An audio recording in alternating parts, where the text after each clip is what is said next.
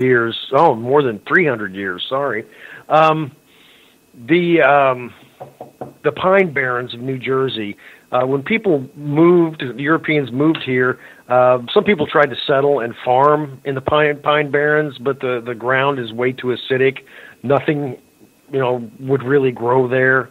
Um, there are poisonous plants there, and plants that eat things like pitcher plants and plants that eat insects and small mammals live there. But they could never really grow crops. But one of the early people who lived there was the Leeds family, and Mother Leeds was pregnant again.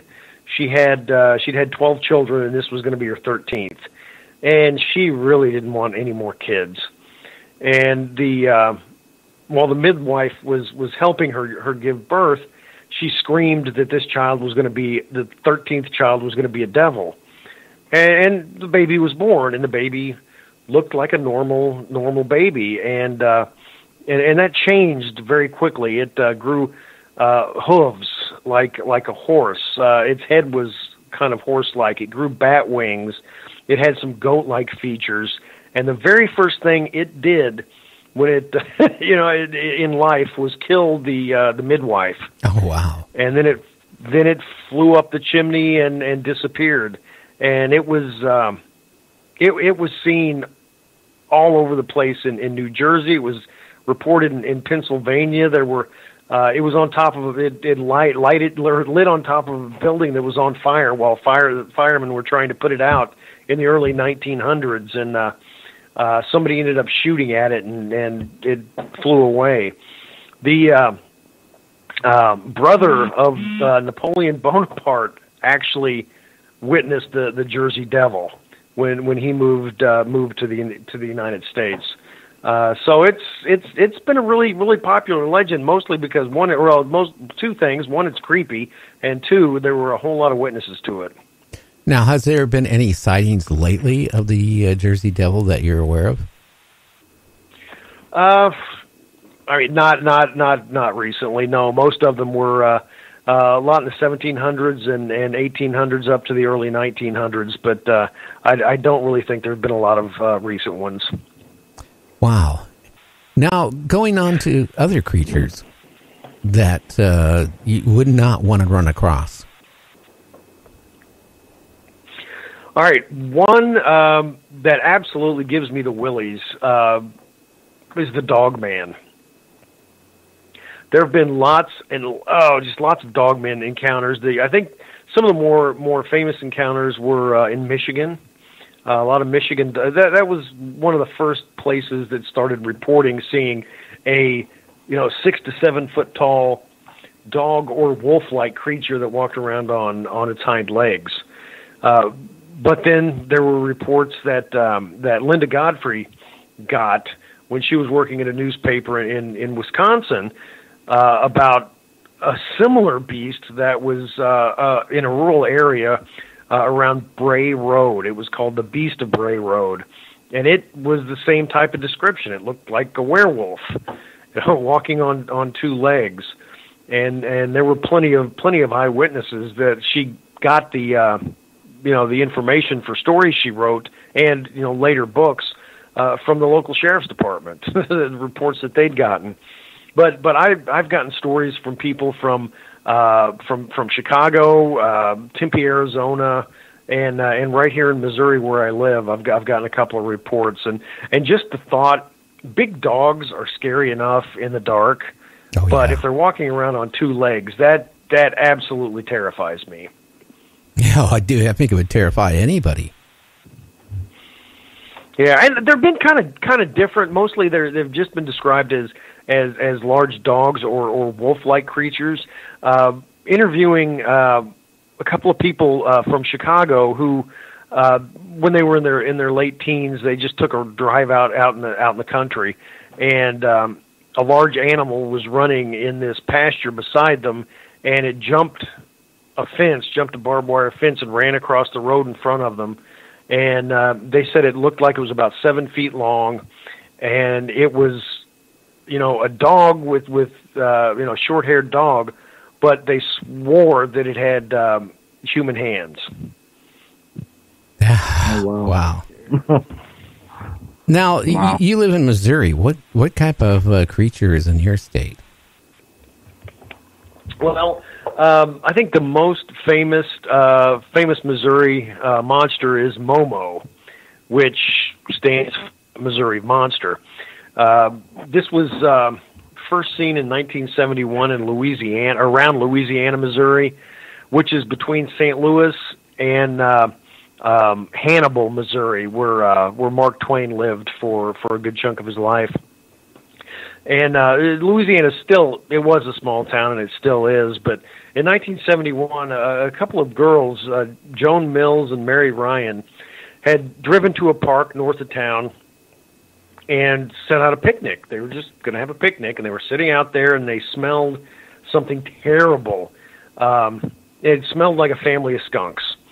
And they figured, we should probably leave because we have a family of skunks. That's not doing our picnic any good. But then at the tree line, they saw a monster standing and staring at them. And they described to the local newspaper that it had hair over its body like it was an ape, and the face was definitely human. They said it was more like a hairy human, and it was just standing there staring at him, and they realized that's where the smell was coming from. And then the monster stepped away from the trees, through the bushes and out of the tree line, and they screamed and ran to the car and locked the doors, and then they realized that the keys were still inside Mill's purse that she had taken down to the picnic blanket. Uh-oh. And they were sitting in the car, and the monster walked up to the car, was staring at the girls through the windshield, and they were screaming.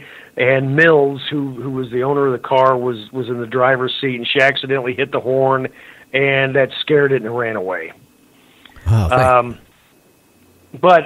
I left that on its way to the car. It stopped and ate their lunch.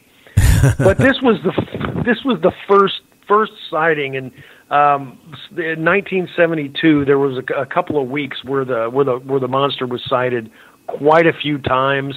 It was blamed for killing a dog. It was stalking a couple of children that were playing in a yard, and their sister saw this monster leering at the children from not that far away, standing in the trees, and she screamed for them to run in the house because she was afraid they were going to get snatched. But hunting parties were sent out, and eventually, it just stopped coming around. The weirdest thing about Momo, it was about 7 foot tall, covered with hair, but the weirdest thing was it left 3-toed footprints. Ooh. Yeah, I was thinking in connection to Bigfoot. You mentioned 3-toe. Right. I mean, in a human face, 3-toed foot. But the thing is, there are and I wrote an article about a month ago, maybe, about this. But there are reports of 3-toed footprints from Minnesota, where the Mississippi River starts, all the way to Louisiana, where the Mississippi River dumps into the Gulf. It was the Bigfoot with 3 toes again. Minnesota and Iowa. In Missouri, we've got Momo. In Arkansas, the Folk Monster, which the Legend of Boggy Creek was written about, that had 3 toes.